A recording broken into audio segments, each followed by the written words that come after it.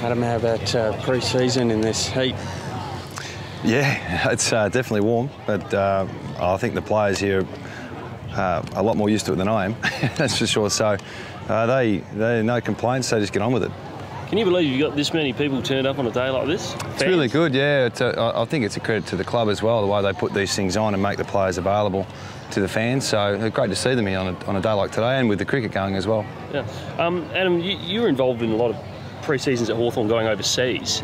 Kokoda, I think, in the past, South Africa this year, which is new for them. But is it something that you'd consider at the Eagles in the future? Pre-seasons have changed over the years. It used to be that a camp was to break up the length of the pre-season. Now they're so short. They went to the altitude camps, and now I think they're going to progress to just getting away for a few days to train. So we did that with Broome.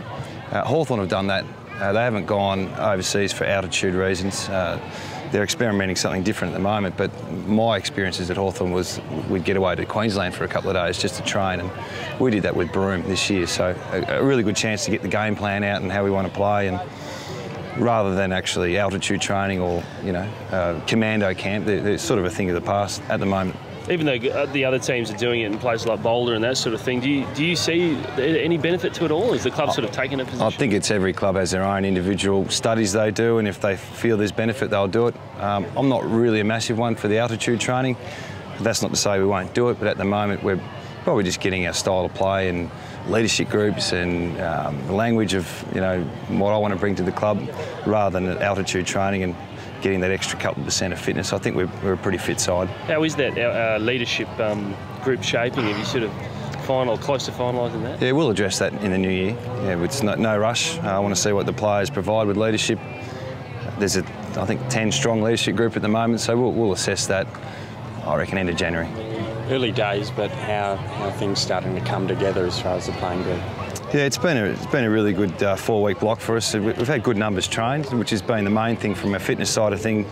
We've had some troublesome years, I suppose, with injuries, and this time of year you want to get over 30 training, and we're getting that every session. So we're in pretty good shape in terms of our fitness, and it's basically skills pre-Christmas and a little bit of game plan stuff. How are the draftees fitting? Really good. Yeah, we've had the inductions and all the parents over, and all that. They do it really well. Bringing the parents over, it's such a, I suppose, long way to come sometimes if you get drafted from the east, so it's something that they're professional at and they've done really well, and the kids are fitted in, no problem. Is there any update with Jeremy McGovern? He's back training, yep, he's in full program, so he just had to get his body right, and he's done that, so it took him a few weeks. Now he's back in the program with just like anyone else. You're impressed with the way he's been able to, that's a fairly quick turnaround for him?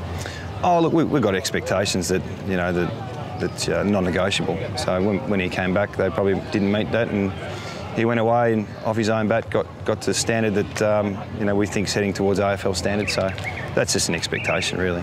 It seems like a lot of the guys that missed late last season are starting to look good, like Nick Nat, a few others. Are they all sort of tracking well as far as you're aware? A really cautious approach with all our guys who are coming back through rehab. So we'll tease them a little bit through training, through pre-Christmas. I'd expect in January is the real month where we get everyone back on deck, hopefully, and they can complete full sessions. But at the moment, we're sort of just taking it easy with those guys. But see, last year, I think they sort of took a no-risk policy. I guess that is sort of paying off now at the end of last season.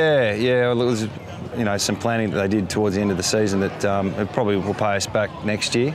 So, like I said, we're just being patient with a lot of our guys in rehab, and there's no need to rush them back too early.